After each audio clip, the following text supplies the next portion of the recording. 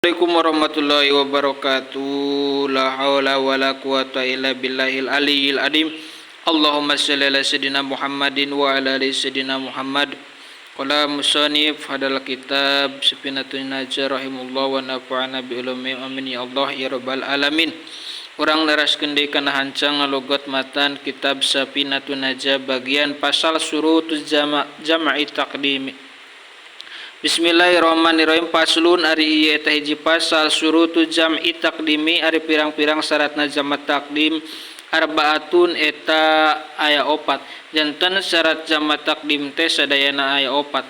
Al bid'atu tegasna ngamimitian secara mobil ula ku salat anu kahiji. Janten ari syarat jamak takdim anu nomor kahiji teh urang salat heula anu kahiji contoh asar ka lohorkeun maka salat lohor heula terus salat asar.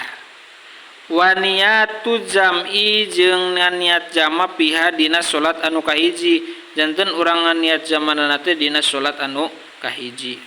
Wal mualatu jeung tuluy-tuluy bainahuma antara salat kahiji jeung salat kadua janten kudu tuluy-tuluy antara salat duhur jeung salat asar. Urang tas salat duhur langsung kana salat asar. Wadawamul udri jeung langgeng udurna janten lamun jam syarat jamak takdim teh kudu langgeng udurna janten lamun urang keur sapar lumaku maka kudu keur lumaku keneh ulah sampai geus anjoga imah sorangan. Sakitu wae mudah-mudahan aya manfaatna. Wassalamualaikum warahmatullahi wabarakatuh.